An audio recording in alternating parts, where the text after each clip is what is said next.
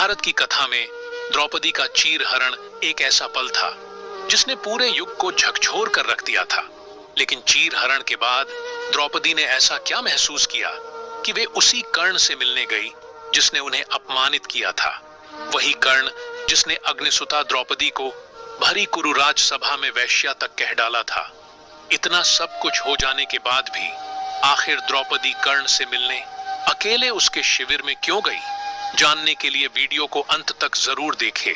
कौरवों की कुरुराज सभा, जहां चारों तरफ सन्नाटा और मौन पसरा हुआ था, वो कुरुराज सभा जहां धर्मराज युधिष्ठिर ने द्रौपदी को दांव पर लगा दिया था। वहां ना तो कोई धर्म बचा था और ना ही कोई न्याय। वो कुरुराज सभा जहां एक नारी को भरी सभा में उसके चरित्र पर प्रश्न चिन्ह लगाकर उसे वस्तु बना दिया गया। क्या आप महसूस कर सकते हैं एक स्त्री के उस अपमान को, जब राजाओं और धर्मगुरुओं से भरी राजसभा में कोई उसकी रक्षा के लिए खड़ा नहीं हुआ? मित्रों, चीरहरण के समय जब द्रौपदी को घसीटकर कुरुराज सभा में लाया गया, उसके पांचों पति मौन थे।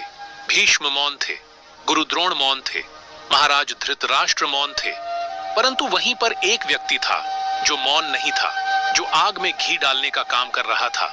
वह था सूर्यपुत्र कर्ण।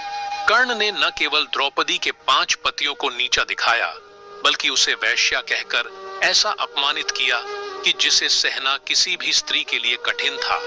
इतना ही नहीं, जब दुशासन ने द्रौपदी के वस्त्र को खींचा, तब भी कर्ण मौन नहीं रहा। वह हर पल दुशासन को उकसाता रहा।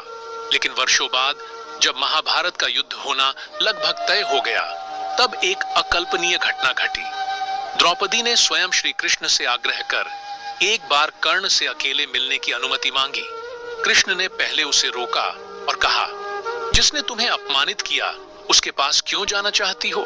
परंतु द्रौपदी ने कहा, हे माधव, मेरे हृदय में कुछ ऐसे प्रश्न हैं जिनके उत्तर सिर्फ कर्ण दे सकता है। मैं युद्ध से पहले अपने उन प्रश्नों के उत्तर कर्ण से चाहती हूं। कृष्ण ने मुस्कुराते हुए द्रौपदी को कर्ण से मिलने की अनुमति दे दी। परंतु अर्जुन और युधिष्ठिर से यह बात छुपी रही। रात्रि का समय था। कर्ण अपने शिविर में विश्राम कर रहा था कि तभी कर्ण के द्वारपाल कर्ण से बताते हैं कि पांडवों की पत्नी द्रौपदी आपसे भेंट करने आई है। यह सुन कर्ण चौंक गया। कर्ण ने शिविर में प्रवेश कर चुकी द्रौपदी का स्वागत किया। कर्ण के चेहरे पर न घृणा थी और न क्रोध था, तो केवल पश्चाताप। द्रौपदी ने सीधे कर्ण की आंखों में देखा और पूछा, कर्ण, क्या तुमने उस दिन मुझे वैश्या कहा था? क्या स्त्री का मान इतना छोटा होता है? कर्ण का गला रुंध गया और उसने कहा, द्रौपदी, अगर उस दिन तुमने मेरे आत्मसम्मान को ठुकराया ना होता, तो शायद मैं वो शब्द कभी ना कहता। मैं आज भी वो अपमान नहीं भूला। उस दिन मैंने जो किया, जो बोला, वह मेरा क्रोध नहीं, मेरी पीड़ा थी, मेरा आहत अभिमान था। यह सुन द्रौपदी ने कर्ण से पूछा, कर्ण, अगर मैं उस दिन स्वयंवर में तुम्हें ना ठुकराती, तो क्या आज सब कुछ अलग होता? कर्ण की आंखें भर आईं। उसने कहा, हाँ, शायद यह युद्ध भी ना होता। शायद मैं कभी अधर्म के पथ पर न जाता। शायद तुम मेरी पत्नी होती और मैं वो होता जो तुम्हारे सम्मान की रक्षा करता। द्रौपदी मौन रही। फिर उन्होंने एक और प्रश्न पूछा, क्या अब भी तुम मुझे उसी नजर से देखते हो? कर्ण ने उत्तर दिया, नहीं, अब मैं तुम्हें अपराध बोध की नजर से देखता हूं। हे द्रौपदी, मैंने तुम्हें जितना अपमानित किया, उतनी ही मेरी आत्मा जली है। द्रौपदी की आंखों में जल भर आया।